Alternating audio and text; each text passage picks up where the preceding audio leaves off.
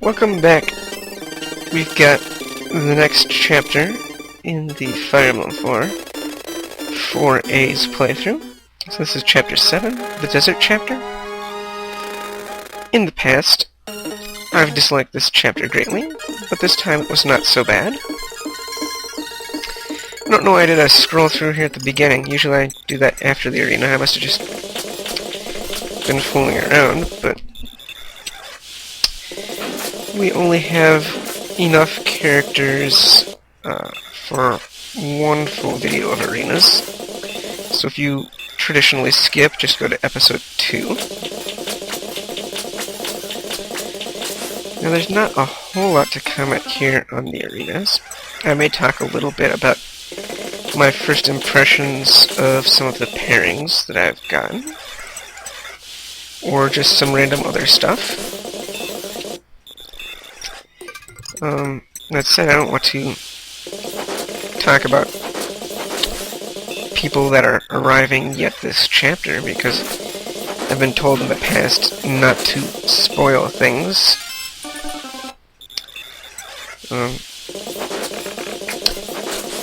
So far, Arthur's been treating me well. He didn't do a lot last chapter. He's not doing a lot necessarily here so far yet. Continue is always a good replacement for Pursuit if you don't got Pursuit. Critical really seems a little overkill with Wrath, but maybe that's just me.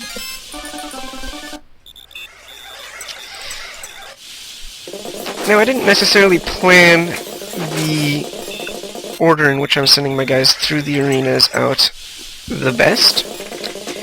You did notice that I sent through Yohalva first, and that was deliberate because he does have some shaky accuracy, especially on the final boss, but with a little bit of random manipulation. He got through that very quickly. I should have also sent Julia, started with her at the very beginning, although I didn't realize the troubles she would run into until later. Luckily, there was still enough opportunities that she will manage to clear, and so I guess, this is my customary talking about things before they happen, but whatever.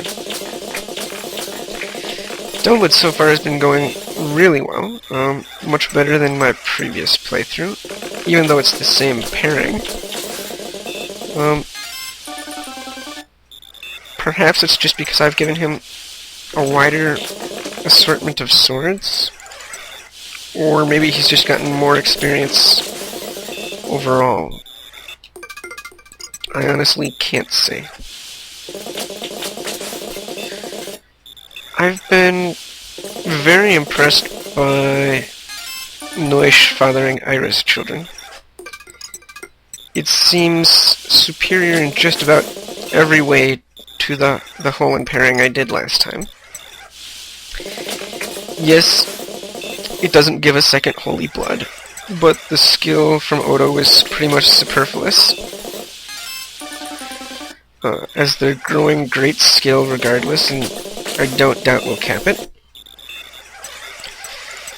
Critical from Noish basically replaces Moonlight Sword, Luna activation.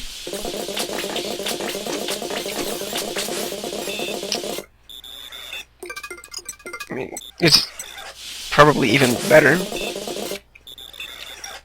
because doubling the base power before defense versus just ignoring defense, both running off of the same skill percentage chance.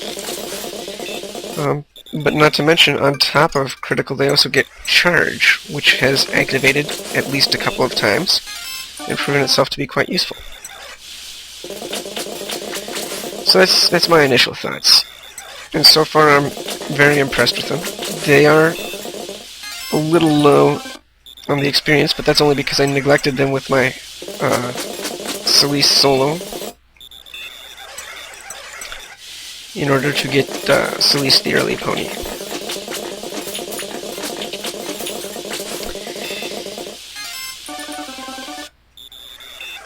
I will be instituting some plans to help them get back up to where I would like to see their experience levels. But I'll talk about that a bit more when it's more relevant.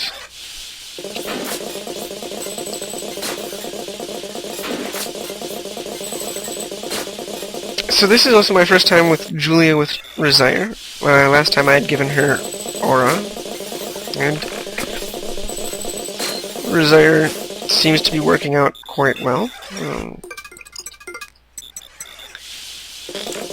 In fact, it's perhaps the reason why I didn't start sending her through immediately as one of the problem cases that I should try to get resolved.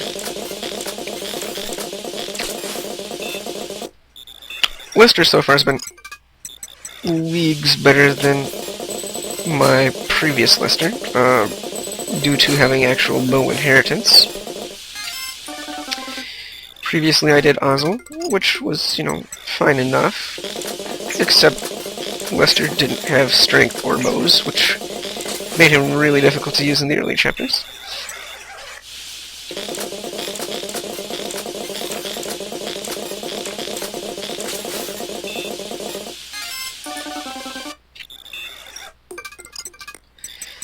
So here we'll finally see the problem I was alluding to. Resire is great and all, healing, but if you don't have the combined HP defense to survive one hit, all the healing in the world won't save you from a one-hit knockout. And so now it's basically relying on Julia to proc continue and lucky dodges.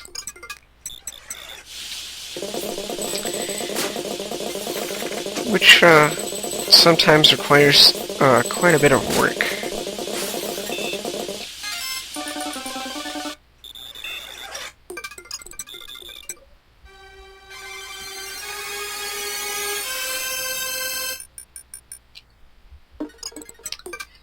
So we'll finally get Celise's promotion, and then he's going to just romp right through this arena here, using his least expensive weapon.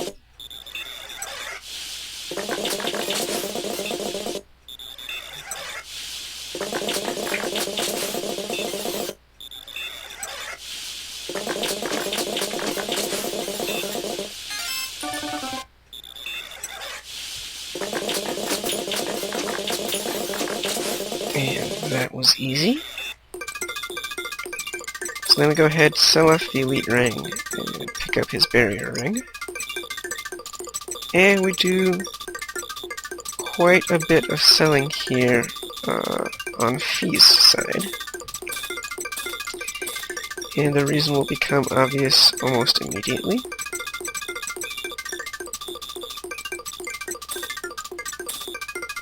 As we're just one quick and easy arena battle away from the magic number of 40k.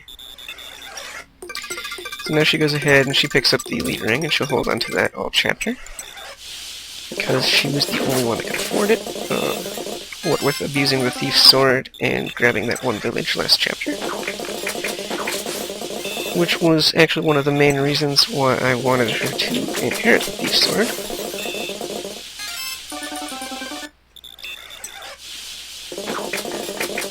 And so then we're just sending her through the arena here, getting some good levels, and being a boss, and otherwise kicking ass and taking names.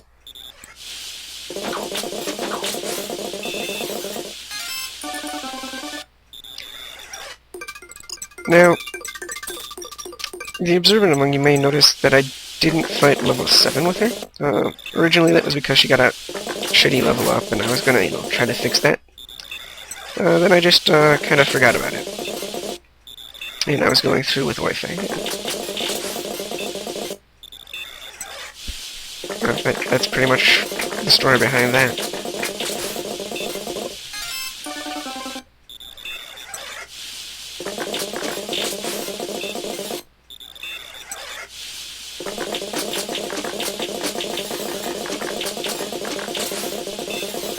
because I was, at this point, more worried about testing Julia after basically every fight, and finally getting one that ended up working in her favor.